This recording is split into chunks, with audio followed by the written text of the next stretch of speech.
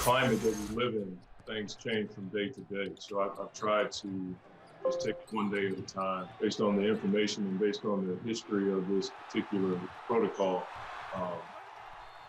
Everything's day to day. Last night we were watching the game together and talking at the same time about what we saw and, hey, what's up, coach? Hey, Chris, that kind of thing. And then it's like, you know, did you see this particular play? Did you see that rotation? Man, this guy can hoop, whatever it is. It's a basketball conversation. He's been blowing my phone up nonstop. He's watching it. I figured. He called me at halftime of the game last night. You know, he's just always thinking, obviously, we're down a soldier. We got to get it done collectively, and I think that's the message we're reiterating amongst one another, is just get the job done collectively and pick the slack of one of our leaders. I wanted to get your overall thoughts on playing the Clippers, and what did you think of that comeback down 25 points last night?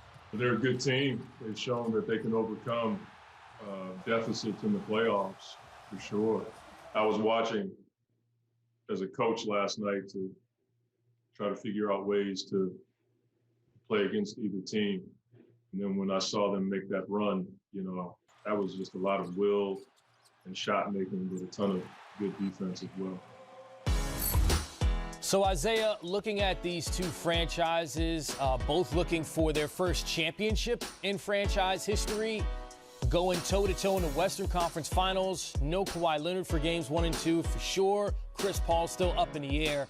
Who has the advantages we head into this, even though there's so much uncertainty? You know, I would have to go with Ty Lue and the Clippers, although Phoenix, in my opinion, is the better team.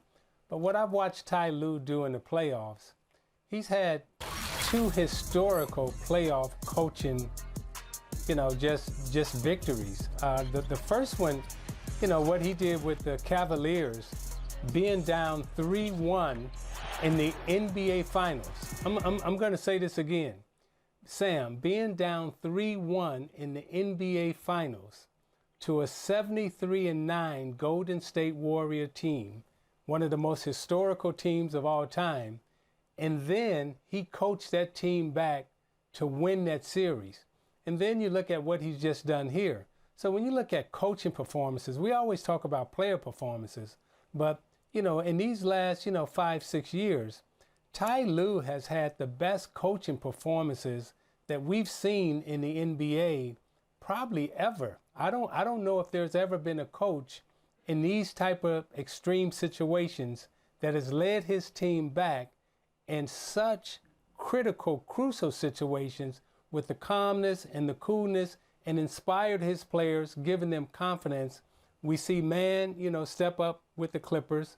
When we were, covering that, Cleveland series, we saw different players step up.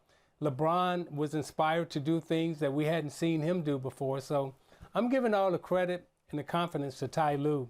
And it's going to be hard for me to bet on him, bet against him. Isiah, to your point, the statistics that back that up, he's 4-0 in Game 7s. That's the second best all time, only bested by Red Auerbach.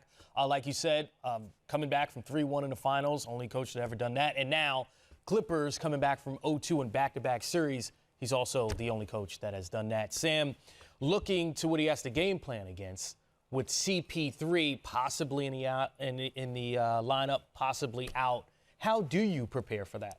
This is going to be different because when they played Utah, if you go back and watch that Utah series, they started trapping Donovan Mitchell when he came off those high screening rolls, getting the ball out of his hand because they understood that he started that chain reaction of that pick and roll and knocking down those threes. So once they were able to find that adjustment and lock in on that, they changed that series. But when you look at Phoenix, you have Chris Paul, you have Devin Booker, you have multiple guys that can run pick and roll. And then you look at Phoenix, they don't have one guy that dominates the game or dominates the basketball. There's been, you can look at in Dallas, that Dallas series, you got to take Luka out. You can look at Utah series, you got to take Donovan out. But where do you go? Chris Paul made All-NBA second team, but think about this. The best player on that team is Devin Booker. The second best player may be DeAndre Ayton, and Chris Paul may be your third. So I look at this as this is going to be a different animal for the Clippers.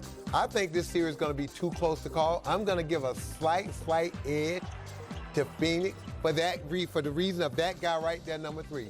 I do believe he's going to play tomorrow if all possible, but I just think they're deep. I think Monty Williams has done an unbelievable job with them, and I think you can't key in and take one thing away like the Clippers have been able to do in the first 2 series. This is going to be a team effort. You're going to have to figure out how to lock everybody down, and that's difficult in the NBA because you have 5 guys in the Phoenix Suns starting lineup that can score double-digit points.